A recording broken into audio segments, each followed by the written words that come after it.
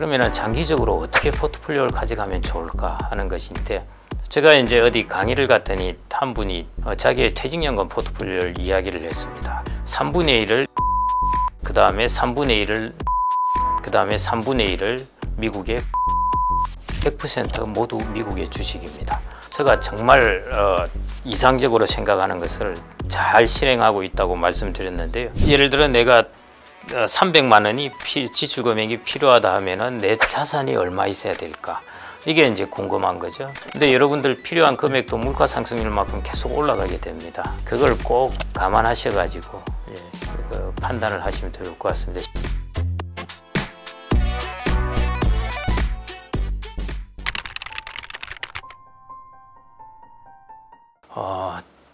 채권도 뭐 괜찮고요. 여전히 올해 상반기 정도는 괜찮을 것 같고, 주식은 미국 주식 같은 경우에는 조금 아직은 좀 올해 하반기 정도의 리스크를 한번 봐야 될 것 같습니다. 미국은 이제 상업용 부동산의 그 공실률이 워낙 크고 가격도 많이 떨어지고 했으니까 그런데, 우리나라로 본다면은 금리 요소 때문에 리츠 가격이 너무 하락했습니다. 그래서 그런 부분이 이제 금리가 뭐 여하튼 뭐 3월에 하나, 5월에 하나, 6월에 하나 뭐 이런 걸로 가지고 지금 리츠의 가격이 왔다 갔다 하거든요. 좀 우스운 일이기도 하는데요. 결국은 이제 금리는 인하하게 될 것이니까요. 리츠도 그런 면에서 이제 우리나라 같은 경우에는 좀 유망한 자산이 될 것 같고요. 뭐 리츠 산다고 해서 여러분들 뭐 가격이 금세 급등하고 하지는 않고 방어적인 자산이 될 겁니다. 예를 들어 주가가 급락하더라도 이거는 꽤 안정적으로 조금 덜 급락하면서 받쳐줄 테니까요. 배당도 있고 하니까. 그래서 리츠 같은 경우가 조금 이제 괜찮은 리츠, 채권 뭐 이런 정도 자산이 괜찮을 것 같고, 장기적으로 본다면은 여러분들의 자녀라든지 이런 사람들에게는 이제 적립식으로라도 자산을 형성해 줄 텐데요. 그러면은 적립식은 언제 들어가도 괜찮습니다. 그건 뭐 타이밍 볼 필요가 없습니다. 목돈 아니면요. 그러면은 장기적으로 어떻게 포트폴리오를 가져가면 좋을까 하는 것인데, 제가 이제 어디 강의를 갔더니 한 분이 자기의 퇴직연금 포트폴리오를 이야기를 했습니다. DC형의 퇴직연금 포트폴리오인데요. 3분의 1을 S&P 500, 그 다음에 3분의 1을 나스닥, 그 다음에 3분의 1을 미국의 고배당주, 100% 모두 미국의 주식입니다. 그리고 환해지하지 않고 달러로 갖고 있고, 그래서 저는 그거 보고 정말 제가 정말 이상적으로 생각하는 것을 잘 실행하고 있다고 말씀드렸는데요. 저는 말은 그렇게 하지만은 막상 그렇게 실행을 못 하는데 그분은 잘 실행을 하고 계시는 것 같더라고요. 그래서 여러분들 장기적으로 적립을 해서 여러분들의 포트폴리오를 형성해 나간다 하면은 방금 말씀드린 저는 이 포트폴리오가 제일 좋다고 봅니다. 그냥 S&P 500 3분의 1, 나스닥 3분의 1, 고배당주 3분의 1 이렇게 가지고 있으시는 게요. 제일 좋을 것 같고, 주택이 아까 말씀드렸듯이 우리나라 그 기대 수익률은 안 높습니다. 이미 우리나라 소득 대비해서 이렇게 많은 배수를 차지하는 가격이기 때문에요. 그래서 좀 더 기대 수익률이 높은, 특히 여러분들의 자녀가 있다면은 자꾸 이렇게 콘크리트나 이런 자산에 여러분들의 자녀의 자산을 묻어두는 것보다 혁신적인 기술을 가진 곳에 자산을 묻어두는 게 좋습니다. 저는 뭐 한 7년, 10년 전에도 이런 스탠스였고요. 지금도 이런 스탠스입니다. 그리고 미국의 자산을 사게 되면은 여러분들은 이제 달러를 동시에 갖게 됩니다. 그래서 일종의 기축통화를 갖게 되는 셈이시죠. 그래서 장기적으로는 이게 제 생각에는 최우량 자산이 아닐까 싶습니다. 제가 이게 미래에서 들어와서 배운 것이 하여튼 모든 퀄리티가 좋은 자산을 가지라는 것이었습니다.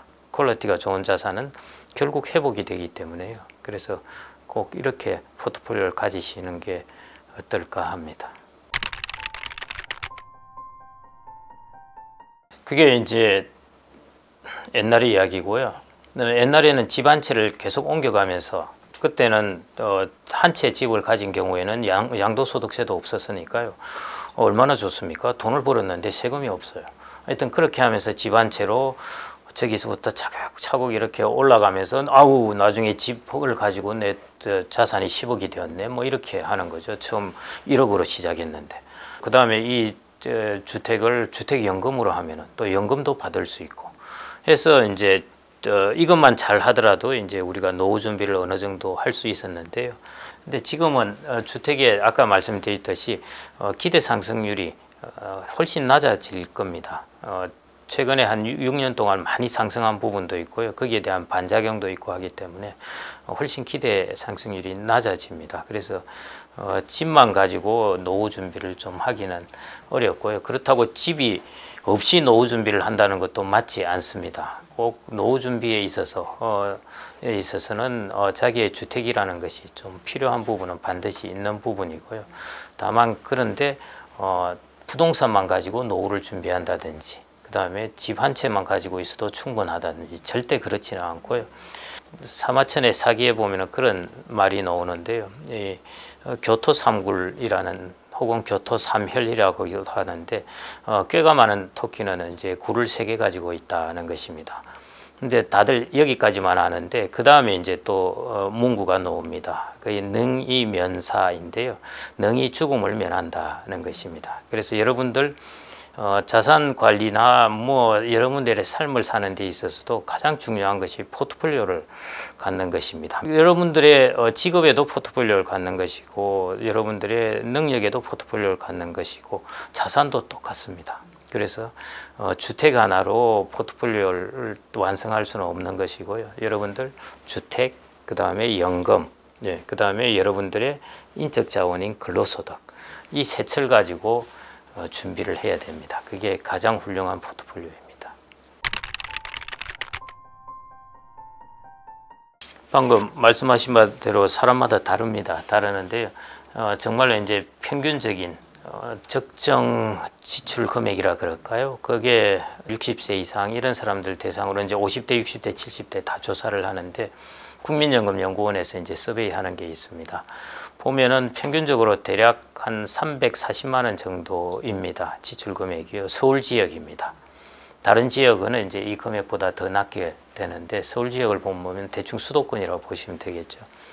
이게 이제 지출 금액이 이 정도이니까 내가 필요한 소득은 또 세금을 내야 되잖아요. 그렇기 때문에 뭐 한 370이나 이 정도 되게 되겠죠. 그러면은 좀 넉넉다 본다면은 대략 소득 기준으로 한 400 정도 이렇게 보시면 되지 않을까 싶습니다. 근데 여러분들 필요한 금액도 물가 상승률만큼 계속 올라가게 됩니다. 그래서 이게 실질 지금 지출 금액이 400만 원 정도 이렇게 보시면 되고 전체적으로 보통 보니까 매년 평균 이 생활비가 이 지출 금액이 올라간 것이요. 거의 연 4% 정도 이 정도 오르는 것 같더라고요. 물가 상승률만큼 오른다 하더라도 한 3% 정도 이렇게 오릅니다. 그렇게 되면은 한 24년 지나면은 2배가 된다는 뜻이거든요. 그러면은 지금 400만 원 하던 적정한 금액이 나중에 한 24년 지나면 한 800만 원이 필요하다는 소리입니다. 그래서 그걸 꼭 감안하셔가지고 판단을 하시면 될 것 같습니다. 현재 기준으로 해서는 소득 기준으로는 대략 400만 원, 지출 기준으로는 한 350 이렇게 그냥 생각하시면 되겠습니다.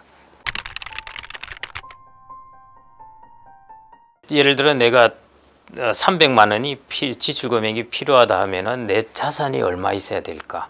이게 이제 궁금한 거죠. 우리가 국민연금으로 300만 원을 받는다 하면은 게임 끝났습니다. 그냥 그거 받는 걸로 매칭해 버리면 되는데요. 그래서 이제 공무원들이 그런 부분에 있어서 훨씬 좀 더 노후 준비가 훨씬 용이하다는 것이 한 300만 원 자기 연금 받으면은 300만 원 지출 금액 딱 이렇게 퉁쳐져서 완벽하게 ALM이 되는 것입니다. 그렇게 되는데 일반인은 이제 그렇지가 못한 거죠. 그래서 내가 한 300만 원이 필요하다. 400만 원 하겠습니다. 400만 원으로 하고 내가 이제 150만 원을 국민연금으로 마련했다 하면은 250만 원이 이제 비교되는 것이죠. 그래서 250만 원을 내가 실질 소득 250만 원을 마련하려면은 자산이 얼마 있으면 될까? 계산할 때 편하게 한 300 정도를 꼽혀 보시면 됩니다. 그러시면은 7억 5천이 나오는데요. 꽤 많죠. 사실은 이 정도 자산 가진 사람 쉽지 않습니다. 그래서 여러분들이 여기서 감안하셔야 될 게 주택으로 주택연금을 또 받을 수가 있습니다. 자기가 축적해 놓은 주택을 전혀 안 쓰고 있겠다는 것이 이제 하나의 고정관념인 것이죠. 이것도 자기의 자산인데요. 금융자산은 나중에 노후에 쓴다고 생각하면서 주택자산은 그대로 놔두겠다는 것이죠. 그렇게 생각하시지 말고 주택자산도 유동화한다고 생각을 하시면 여기에서 캐시플로를 만들어낼 수가 있습니다. 그래서 그 캐시플로우가 70세부터 한다면은 대략 이게 억당 한 30만 원 이렇게 만들어낼 수가 있습니다. 그래서 3억 주택 같으면 90만 원, 5억 주택 같으면 150만 원 이렇게 소득을 만들어낼 수가 있는 것이죠. 그래서 주택 자산까지 이제 자기의 소득을 만들어내는 데서 이제 빼고 나면은 그러면은 제가 대충 보니까 한 3억 정도 있으면은 유동성 자금하고 하면은 자기의 주택을 활용하고 국민연금을 활용하고 나면은 나머지 자산 규모로 가지고 있는 것은 한 3억 정도면은 되지 않을까. 대충 계산이 그렇게 나옵니다. 주택자산을 포함하면 이제 되는 분들이 많습니다. 다 초과하고 그렇죠. 주택자산도 보면은 결국 자기가 다 저축해서 모은 돈인데요. 그래서 그걸 꼭 감안하셔서 좀 생각하시고 주택자산은 옆으로 제쳐놓고 내가 금융자산만 이렇게 생각하시면 안 되고요. 총자산을 일단 생각하셔야 됩니다. 그래서 제가 이제 주택연금을 내가 노후에 막 소득이 없는데도 불구하고 주택을 유동하는 주택연금을 쓰지 않고 그냥 어렵게 사는 사람들을 저는 일종의 이제 자린고비라고 보는데요. 자린고비는 굴비를 매달아 놓고 먹지도 않고 계속 이제 간장만 먹고 있는데요. 마찬가지 집은 딱 매달아 놓고 이걸 자기가 현금화하지도 않고 자기는 막 긴축하면서 사는 것입니다. 축적을 해놓고 쓰지를 않는 것이죠. 그래서 이 부분도 꼭 여러분들이 감안을 하셔가지고요. 내가 이걸 포함해서 내가 자산 관리를 하고 노후에 캐시플로우를 만들어낸다. 그렇게 생각하시면은 생각보다는 훨씬 여유로워집니다. 노후 준비를 위해서 무엇을 제일 먼저 해야 될까 하는 것인데 이거 정말 연령에 따라서 천차만별입니다. 예를 들어 30대다 그러면은 30대부터 노후 준비 뭐 이런 이야기 하기 좀 그렇지만은 중요한 것은 딱 두 가지입니다. 제가 이제 40대 출판사 있는 분을 만나 뵀는데 제가 한 몇 년 전에도 그 이야기를 만나 뵀을 때 그랬었거든요.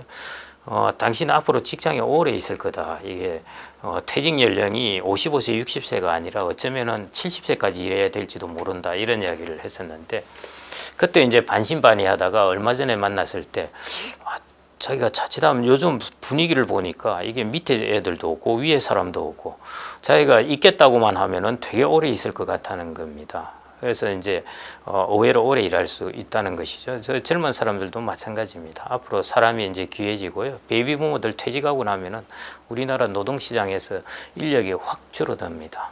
그래서 내가 젊은 사람들이 제일 중요한 것은 뭐냐면은 내가 그러면 한 70살까지도 일을 한다는 것이거든요. 이때 내가 나의 전문성을 살려서 어떤 근로소득을 이게 인적 자본이라고 그러는데요. 그게 제일 중요한 부분이고 두 번째는 여러분들이 만들어낸 근로소득을 소비하고 나서 나머지 부분을 노후를 위해서 저축을 하실 텐데요. 그 저축하는 금액을 아까 제가 말씀드렸듯이 30대 분들은 꼭 아까 S&P 3분의 1, S&P 500, 나스닥 3분의 1, 그 다음에 고배당주 3분의 1 그렇게 그냥 주식의 비중을 왕창 높여서도 돼요. 지금 당장 2, 3년 동안 깨지고 말고 걱정하실 필요 없습니다. 깨지면 또 계속 여러분들의 자금이 계속 들어가게 돼 있으니까요. 결국 그걸 다른 말로 하면은 여러분들이 저축하는 돈을 어디에 두느냐 하는 것입니다. 선배 세대들은 예금 금리가 높았기 때문에 예금에 두었습니다. 부동산 기대 수익률이 높았기 때문에 부동산에 두었어요. 여러분들은 앞으로 이 저축하는 돈을 어디에 둘 것인가? 그리고 여러분들이 70, 75세, 80세까지 계속 여러분들의 전문성으로 근로소득을 창출할 것을 뭘로 할 것인가 하는 것. 이 두 가지 준비를 하시면은 여러분들은 뭐 노후 준비는 끝나시게 되는 거고요. 그 다음에 이제 50대, 60대 이런 분들이 이제 좀 중요하게 되는 것인데 지금 이 사람들은 뭐 지금 열심히 또다시 일을 해서 돈을 모아라 할 수 없습니다. 이제 곧 있으면 직장을 나가게 될 사람들이니까요. 우리나라에 보면은 가장 중요한 기간이 뭐냐면은 60세 혹은 55세 정도에 퇴직을 하고 나서 한 10년에서 15년 동안의 기간입니다. 그걸 저는 이제 60대 중간기라고 그러고 골든타임이라고 그러는데요. 이 시기에 재취업을 통해서 어느 정도 내가 근로소득을 유지하는 것, 그게 노후 준비의 가장 중요한 부분이라고 생각이 됩니다.